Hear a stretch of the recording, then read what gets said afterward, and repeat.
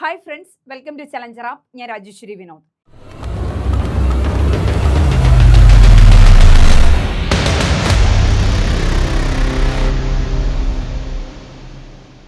ഇന്നത്തെ ക്ലാസ്സിൽ നമ്മൾ പോകുന്നത് മോർണിംഗ് ചലഞ്ചിലെ മറ്റു 10 ക്വസ്റ്റ്യനുമായിട്ടാണ്. നമുക്ക് ക്ലാസ്സിലേക്ക് കടക്കാം.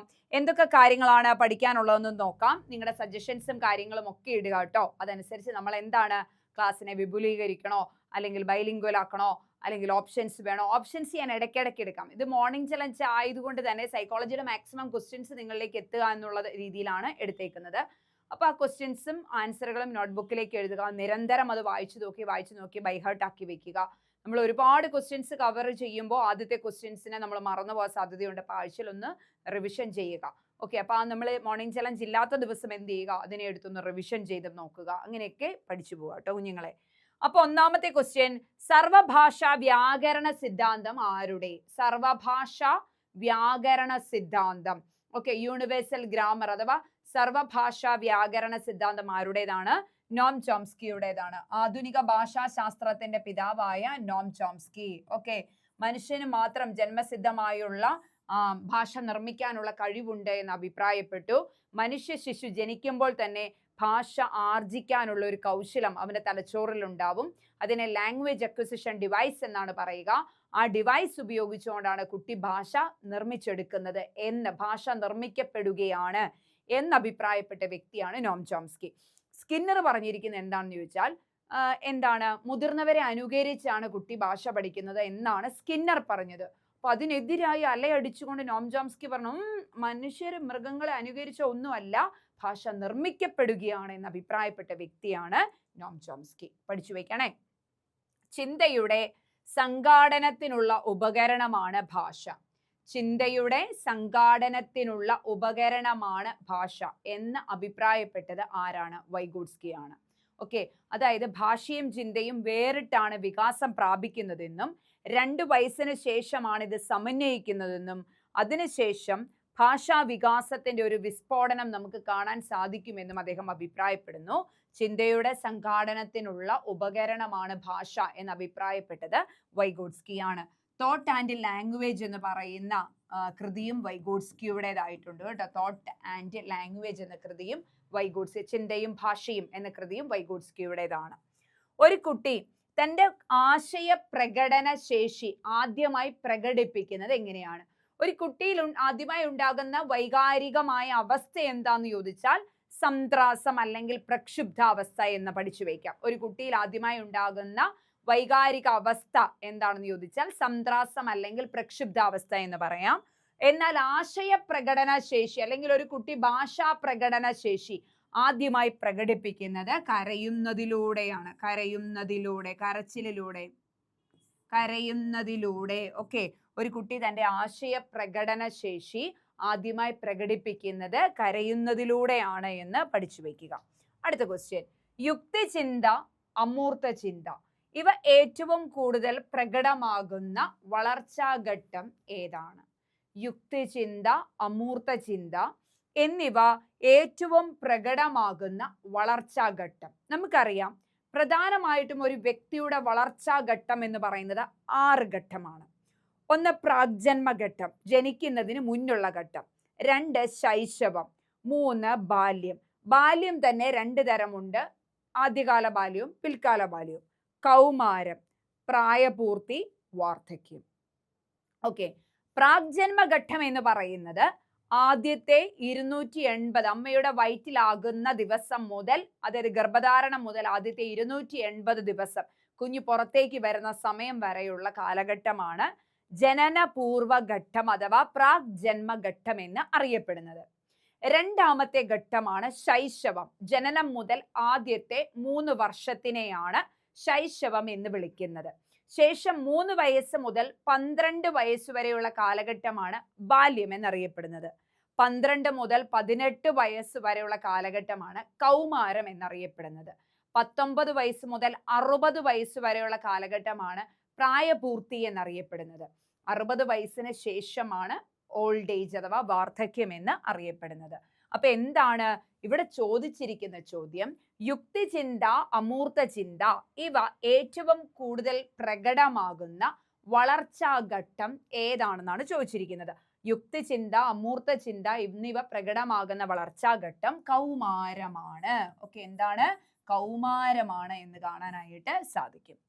ഗസ്റ്റാൾട്ട് സിദ്ധാന്തം ഫലപ്രദമാകുന്നത് എപ്പോഴാണ്?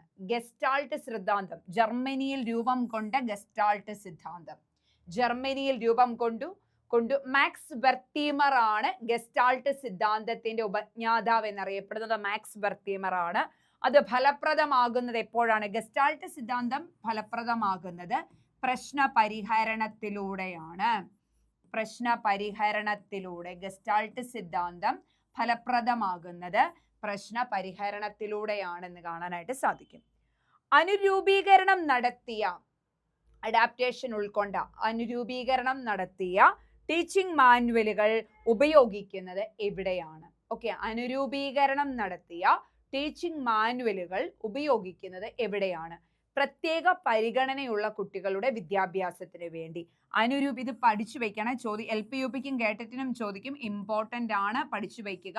അനുരൂപീകരണം നടത്തിയ ടീച്ചിങ് മാനുവലുകൾ ഉപയോഗിക്കുന്നത് പ്രത്യേക പരിഗണന അർഹിക്കുന്നവരുടെ വിദ്യാഭ്യാസത്തിന് വേണ്ടി. പ്രത്യേക പരിഗണന അർഹിക്കുന്നവരുടെ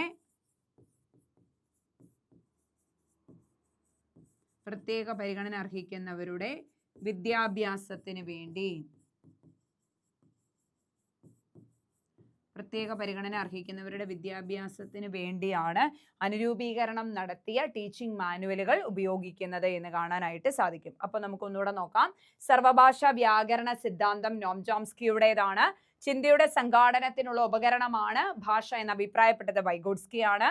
ഒരു കുട്ടി തന്റെ ആശയപ്രകടന ശേഷി ആദ്യമായി പ്രകടിപ്പിക്കുന്നത് കരയുന്നതിലൂടെയാണ്. ദെൻ യുക്തിചിന്ത, അമൂർത്ത ചിന്ത ഇവ ഏറ്റവും കൂടുതൽ വികസിക്കുന്ന വളർച്ചാ ഘട്ടം കൗമാരമാണ്. ഗസ്റ്റാൾട്ട് സിദ്ധാന്തം ഫലപ്രദമാകുന്നത് പ്രശ്ന പരിഹരണത്തിലൂടെയാണ്. അനുരൂപീകരണം നടത്തിയ ടീച്ചിങ് മാനുവലുകൾ ഉപയോഗിക്കുന്നത് പ്രത്യേക പരിഗണന അർഹിക്കുന്നവരുടെ വിദ്യാഭ്യാസത്തിന് വേണ്ടിയാണ്. അടുത്തത്, ഒരു ടീച്ചർ തന്റെ ക്ലാസ്സിലെ കുട്ടികളെ നിരന്തരം ചോദ്യങ്ങൾ ചോദിക്കാൻ പ്രേരിപ്പിക്കുന്നു. കുട്ടികൾ പരസ്പരം ചോദ്യങ്ങൾ ചോദിക്കാനും കുട്ടികൾ ടീച്ചറിനോട് ചോദ്യം ചോദിക്കാനും ടീച്ചർ പ്രേരിപ്പിക്കുന്നു. മാത്രമല്ല, നല്ല വിലയിരുത്തൽ ചോദ്യങ്ങൾ ചോദിക്കുന്നവരെ പ്രോത്സാഹിപ്പിക്കും. നല്ല വിലയിരുത്തൽ ചോദ്യങ്ങൾ ചോദിക്കുന്നവരെ പ്രോത്സാഹിപ്പിക്കുകയും ചെയ്യും. ഈ പ്രവൃത്തി കുട്ടികളെ സഹായിക്കുന്നത് എന്താണ്? ഒന്നുകൂടെ, ഒരു ടീച്ചർ തന്റെ ക്ലാസ്സിലെ കുട്ടികളെ നിരന്തരം ചോദ്യങ്ങൾ ചോദിക്കാൻ പ്രേരിപ്പിക്കും. കൂടാതെ നല്ല വിലയിരുത്തൽ ചോദ്യങ്ങൾ ചോദിക്കുന്നവരെ പ്രത്യേകം പ്രോത്സാഹിപ്പിക്കുകയും ചെയ്യും. ഇതിലൂടെ ടീച്ചർ എന്താ സഹായിക്കുന്നത്? കുട്ടികളിൽ വിമർശനാത്മക ചിന്ത വളരുന്നതിന് വേണ്ടി. കുട്ടികളിൽ എന്താണ്? വിമർശനാത്മക ചിന്ത വളരുന്നതിന് വേണ്ടിയാണ് പരിശ്രമിക്കുന്നത് എന്ന് പഠിച്ചു വയ്ക്കുക. അടുത്തത്, 9 വയസ്സുകാരൻ ആദർശ് അവൻ എവിടെയും അടങ്ങിയിരിക്കില്ല. ഒന്നിലും ശ്രദ്ധ കേന്ദ്രീകരിക്കാൻ സാധിക്കുന്നില്ല. ഈ കുട്ടി അനുഭവിക്കുന്ന പ്രശ്നം എന്താണ്? ഓക്കെ, 9 വയസ്സുകാരൻ ആദർശ് അവൻ എവിടെയും അടങ്ങിയിരിക്കുന്നില്ല, ഒന്നിലും ശ്രദ്ധ കേന്ദ്രീകരിക്കാൻ സാധിക്കുന്നില്ല. ഈ കുട്ടി അനുഭവിക്കുന്ന പ്രശ്നം ശ്രദ്ധ കേന്ദ്രീകരിക്കാൻ. അപ്പൊ എന്താ പറയണ്ടേ? കുട്ടിക്ക് എന്ത് വൈകല്യമുണ്ട്? ശ്രദ്ധാവൈകല്യമുണ്ട്. ശ്രദ്ധാവൈകല്യത്തിന് പറയുന്ന പേരെന്താണ് മക്കളെ? ADHD, attention deficit hyper activity disorder എന്ന് പറയുന്നത്. അത് വേറൊരു രീതിയിൽ ആപ്ലിക്കേഷൻ ലെവലിൽ വന്ന ഒരു ക്വസ്റ്റ്യൻ അല്ലേ? അപ്പൊ ഒന്ന് ആലോചിച്ച് നോക്കിയേ. അപ്പൊ ശ്രദ്ധ കേന്ദ്രീകരിക്കാൻ കഴിയാത്ത പ്രശ്നം എന്താ? ശ്രദ്ധാവൈകല്യം. ശ്രദ്ധാവൈകല്യത്തിന് എങ്ങനെ ഇംഗ്ലീഷിൽ പറയുന്നത്? ADHD, attention deficit hyper activity disorder എന്ന് പറയാനായിട്ട് സാധിക്കും. ക്ലിയർ ആണെന്ന് വിചാരിക്കുന്നു. അബ്രഹാം മാസ്ലോയുടെ ആവശ്യങ്ങളുടെ ശ്രേണിയിലെ ഏറ്റവും ഉയർന്നത് ഇങ്ങനെ മാറി മാറി മാറി മിക്കവാറും എല്ലാ ക്വസ്റ്റ്യൻ പേപ്പറുകളിലും വരുന്ന ഒരു ക്വസ്റ്റ്യൻ ആണ് എബ്രഹാം മാസ്ലോയുടെ ആവശ്യങ്ങളുടെ ശ്രേണിയിൽ ഏറ്റവും ഉയർന്ന ആവശ്യം ഏതാണ് എന്ന് ചോദിക്കാം. അപ്പൊ ഞാൻ ഓൾറെഡി ഒരു ക്ലാസ്സിൽ പറഞ്ഞു തന്നുകൊണ്ട് എക്സ്പ്ലെയിൻ ചെയ്യുന്നില്ല. സ്വത്വ സാക്ഷാത്കാരം അഥവാ ആത്മസാക്ഷാത്കാരം. സ്വത്വ സാക്ഷാത്കാരത്തിന്റെ മറ്റൊരു പേരാണ് കേട്ടോ ആത്മസാക്ഷാത്കാരം. സ്വത്വ സാക്ഷാത്കാരം അഥവാ ആത്മസാക്ഷാത്കാരമാണ് എബ്രഹാം മാസ്ലോയുടെ ആവശ്യങ്ങളുടെ ശ്രേണിയിലെ ഏറ്റവും ഉയർന്ന ആവശ്യം എന്ന് പറയുന്നത്? ഏറ്റവും താഴത്തെ ആവശ്യം ഏതാ? ശാരീരിക ആവശ്യം. നമ്മൾ കഴിഞ്ഞ ഓരോ ക്വസ്റ്റ്യൻ പേപ്പറിലും ഇത് കാണുന്നുണ്ട് അല്ലേ? ഇനി ഏത് ഭാഷയും നിർമ്മിക്കാൻ മനുഷ്യന് ജന്മസിദ്ധമായ സംവിധാനമുണ്ട്, കഴിവുണ്ടെന്നുള്ള സിദ്ധാന്തത്തിന് പറയുന്ന പേരെന്താണ്? ഏത് ഭാഷയും നിർമ്മിക്കാൻ മനുഷ്യന് ജന്മസിദ്ധമായിട്ടുള്ള കഴിവുണ്ട് എന്ന് പറയുന്ന സിദ്ധാന്തം ഏതാണെന്നാണ് ചോദിച്ചിരിക്കുന്നത്. അതിനെന്ത് പറയാം? സർവഭാഷാ വ്യാകരണം. സർവഭാഷാ വ്യാകരണം എന്നാണ് വിളിക്കുക. സർവഭാഷാ വ്യാകരണം. ഭാഷാപഠന സിദ്ധാന്തം എന്നാണ് ആദ്യകാലങ്ങളിൽ അറിഞ്ഞിരുന്നത്. പക്ഷെ 1980 മുതൽ ഏത് ഭാഷയും പഠിക്കാൻ, ഏത് ഭാഷയും നിർമ്മിക്കാൻ മനുഷ്യന് കഴിവുണ്ടെന്നുള്ള സിദ്ധാന്തം 1980 മുതൽ സർവഭാഷാ വ്യാകരണം എന്ന പേരിലാണ് അറിയപ്പെട്ടു തുടങ്ങിയത്. പഠിച്ചു വയ്ക്കണേ, ഇമ്പോർട്ടൻ്റ് ആണ്. നോം ചോംസ്കിയുടെ സിദ്ധാന്തം പഠിക്കുമ്പോൾ ഒരുപാട് കാര്യങ്ങൾ നമുക്ക് ഭാഷയുമായി ബന്ധപ്പെട്ട് പഠിക്കാനായിട്ടുണ്ട്. അപ്പോൾ അതൊക്കെ ഇമ്പോർട്ടൻ്റ് ആണ്, പഠിച്ചു വയ്ക്കണം. വരും ദിവസങ്ങളിൽ നമുക്ക് ഓരോ ക്വസ്റ്റ്യൻ പേപ്പറിൽ ഇതെല്ലാം ഇൻവോൾവ് ചെയ്ത് കൊണ്ടുവരാം. അപ്പോൾ ക്ലാസ് ഇഷ്ടമായി എന്ന് വിചാരിക്കുന്നു. നന്നായി എഴുതി വെച്ച് തന്നെ പഠിക്കുക കേട്ടോ. എഴുതി വെച്ച് തന്നെ നന്നായി പഠിക്കുക. മറ്റൊരു ക്ലാസ്സുമായി കാണാം. Thank you so much.